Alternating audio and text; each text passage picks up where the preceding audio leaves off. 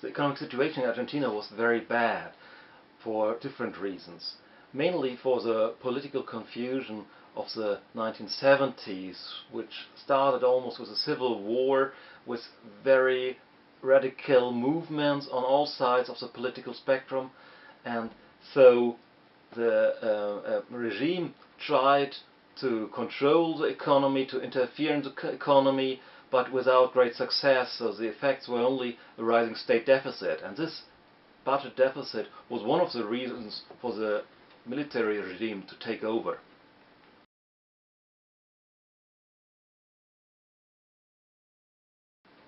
So there were different reasons for this change of the economic policy.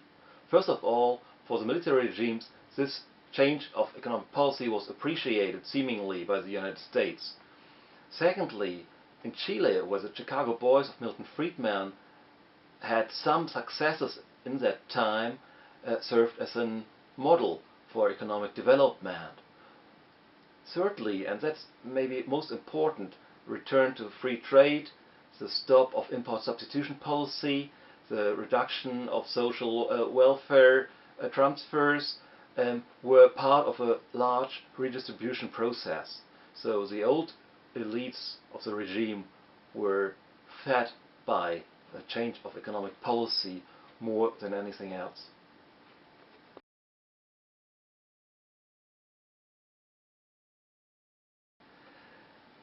Partly, yes. It seems to be in the time a change from Keynesianism to neoliberal monetaristic concepts. However, when we look at the interests behind that, we get a clearer picture. So, to stop import substitution, to introduce free trade, free capital movements, were on the agenda of that time. However, they served interests of elites and not necessarily of the country. So the indoctrination is only a part of a concept which served very vested interests in the country.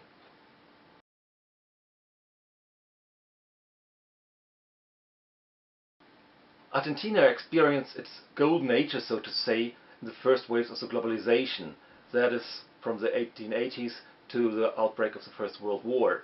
In that time, the population of Argentina tripled, so 2/3 of them were migrants, mainly from Italy and Spain. However, they not only brought different ideas of politics, of society with them, but they were not strongly involved in the political system, and economic differences and inequality was strong within Argentina.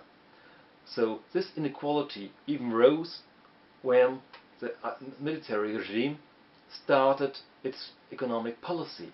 This economic policy was directed to a slim state, saying we need free trade, monetarism, free labor markets, and so forth. However, the effects were higher unemployment rate, less income for mass population, and so privatization did not really help anybody else than those who were already well off before.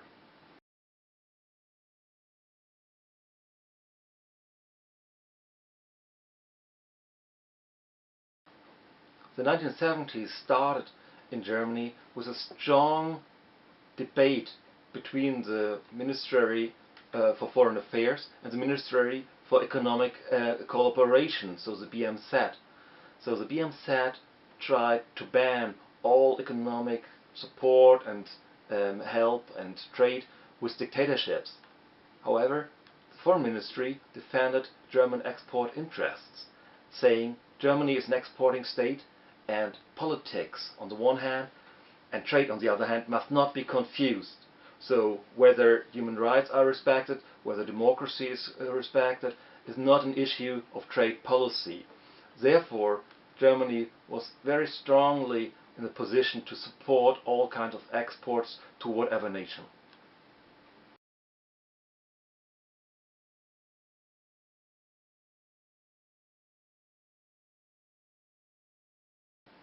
Jimmy Carter's policy had different effects.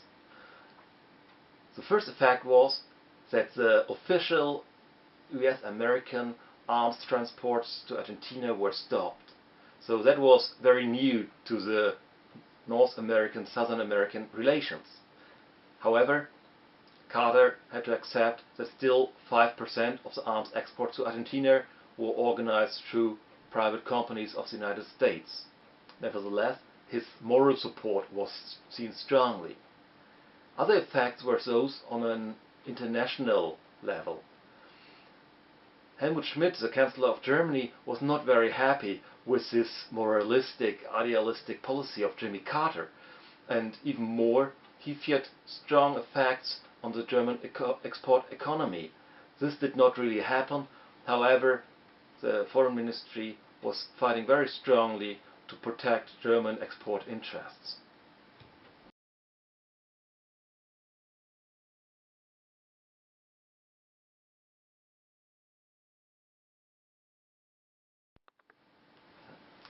Let me start with a general remark. That's a funny thing about state deficit. When you look back to the 1970s, early 1980s, the Social Democrats were chased out of office in Germany because of a too high state deficit, which is, from our perspective, so low that you would not even mention it compared to the numbers today or in the last decade. However, for Argentina, the state deficit had different reasons. The economic policy the military introduced did simply not work because it was not adapted to the world economic situation. It was not possible to return to the golden ages of Argentina since the export markets for agricultural goods were closed or very hard to enter. That was the case for Northern America as well as for Europe and for Japan. Other effects were that free capital flows allowed the elite in Argentina to deposit their possessions, to deposit their capital abroad. So instead of getting an inflow of foreign direct investment, which was the aim, we had an exceeding outflow of capital out of Argentina, which was problematic then. And last but not least, we have a crisis in all of Southern America when it comes to debits, and that was also the case for Argentina.